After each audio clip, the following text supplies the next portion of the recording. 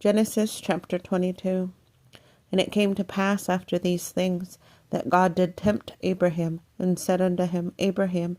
And he said, Behold, here I am. And he said, Take now thy son, thine only son Isaac, whom thou lovest, and get thee into the land of Moriah, and offer him there for a burnt offering upon one of the mountains, which I will tell thee of.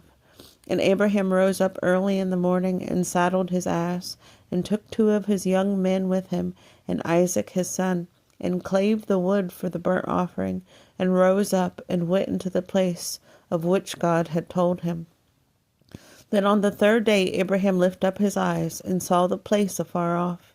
And Abraham said unto his young men, Abide you here with the ass, and I and the lad will go yonder and worship, and come again to you. And Abraham took the wood of the burnt offering, and laid it upon Isaac his son. And he took of the fire in his hand, and a knife, and they went both of them together. And Isaac spake unto Abraham his father, and said, My father. And he said, Here I am, my son. And he said, Behold the fire and the wood, but where is the lamb for a burnt offering? And Abraham said, My son, God will provide himself a lamb for a burnt offering. So they went, both of them, together.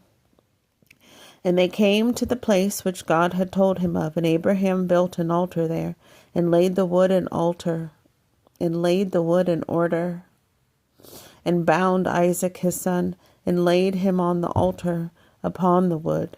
And Abraham stretched forth his hand, and took the knife to slay his son. And the angel of the Lord called unto him out of heaven, and said, Abraham, Abraham. And he said, Here am I.